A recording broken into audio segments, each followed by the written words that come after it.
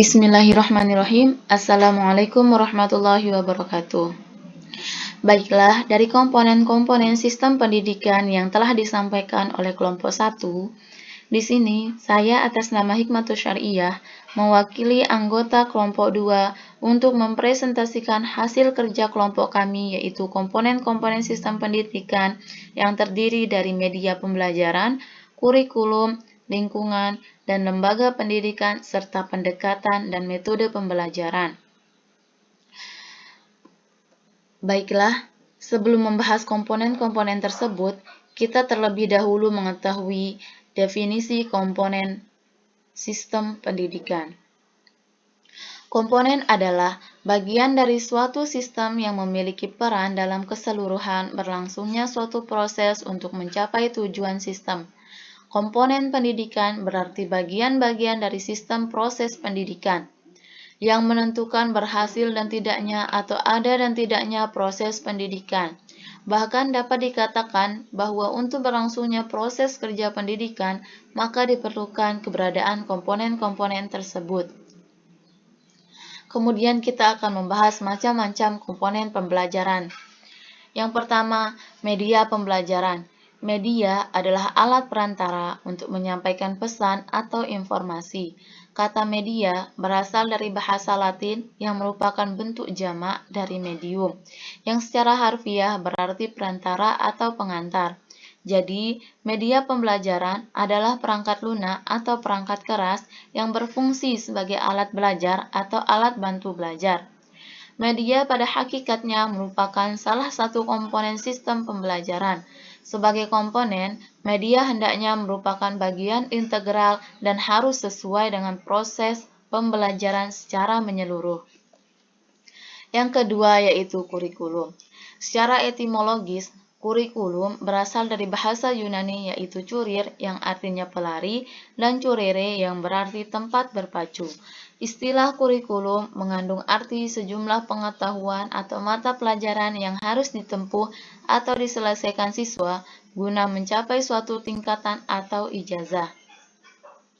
Pengertian kurikulum secara luas tidak hanya berupa mata pelajaran atau bidang studi dan kegiatan-kegiatan belajar siswa saja, tetapi juga segala sesuatu yang berpengaruh terhadap pembentukan pribadi siswa.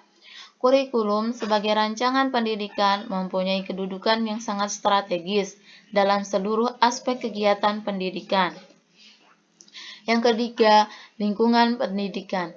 Proses pendidikan selalu dipengaruhi oleh lingkungan yang ada di sekitarnya, baik lingkungan itu menunjang maupun menghambat proses pencapaian tujuan pendidikan. Lingkungan yang mempengaruhi proses pendidikan tersebut yaitu lingkungan keluarga, lingkungan sekolah, dan lingkungan masyarakat. Yang keempat yaitu lembaga pendidikan. Lembaga pendidikan adalah lembaga atau tempat berlangsungnya proses pembelajaran dengan tujuan mengubah tingkah laku individu ke arah yang lebih baik melalui interaksi dengan lingkungan sekitar.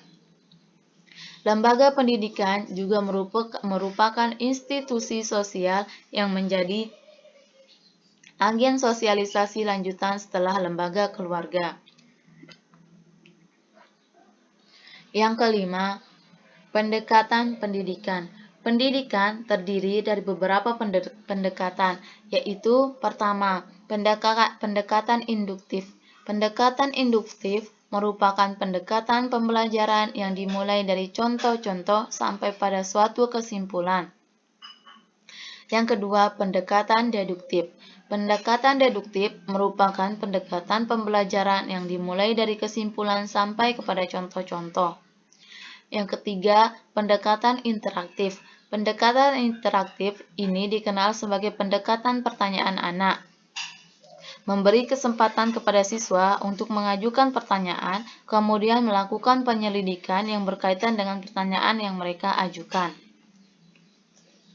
Selanjutnya yaitu metode pendidikan.